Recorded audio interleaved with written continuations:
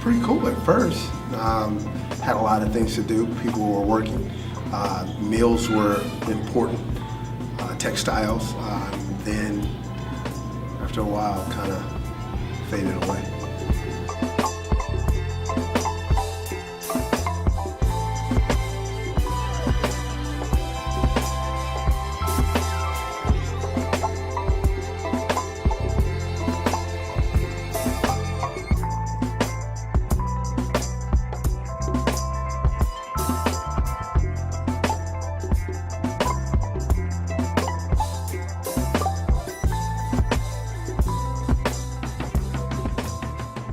People trying to take care of people is a big, huge thing, just showing compassion. And I do believe that Burlington has those key people. We are a very close-knit county, even though we're spread out. There's a lot of same goals, and people want to help other people, especially with food. And we've had, with the Salvation Army, we've had definitely an increase in people that are homeless and don't have any food. And so the Salvation Army has done a tremendous job helping that need. And just other things as well. I mean, our budget for the Boys and Girls Club has tripled probably in the last 15 years. So with that, our need is increased, but we're also getting community support to help us with our budget. And as far as small businesses opening, sure, we can have them, but there's only so much certain kind of small businesses that can work in a small community like Burlington, unless you have the grassroots that's going to bring in the workforce that's going to actually, produce a product and make it happen. I mean, you can only have so many bars, restaurants, grocery stores, and that type of thing. People have to make money.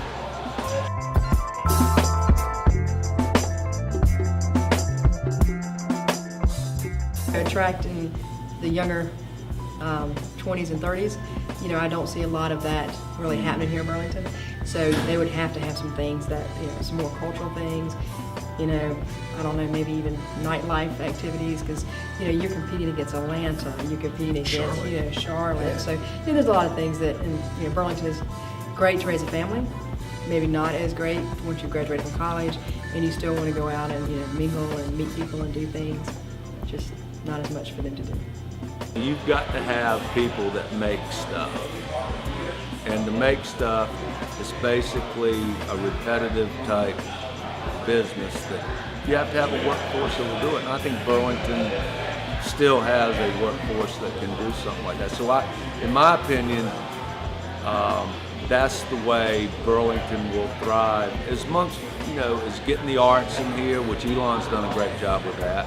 I mean, everything is moving towards Elon. I mean, all the technology end is moving to Western Alamance. I mean, it's just obvious. And the manufacturing or the production stuff is staying a little more that way. And it's all because of demographics, and it's all because of affordability of property and what you have and the payroll. I think that there are jobs here. If you have a better nightlife or some more arts things that would be more attractive to a younger audience, I think that the jobs are going to come, as well. So kind of two-part. I don't know if you can just do one completely without the other. I think for me though, like seeing what's on the west side of town compared to what's on this side of town, it's a cultural difference. And in order to get Burlington back, whereas everybody's on the same page, I think you have to bring both of those cultures together. You cannot forget about this side of town and this west side of, Burlington grows. And I hate to say it, on this side of town, and we're struggling to maintain. I mean, there's definitely a difference. It's a difference. You got the Elements Crossing. Now the Tanger Outlet, that's all the way almost in Meadow. So right here in East Burlington, there's just not that attractiveness for jobs. There's just not. You've got downtown LabCorp, and they've got places all over up in Elon and stuff, but there's just not that booming business.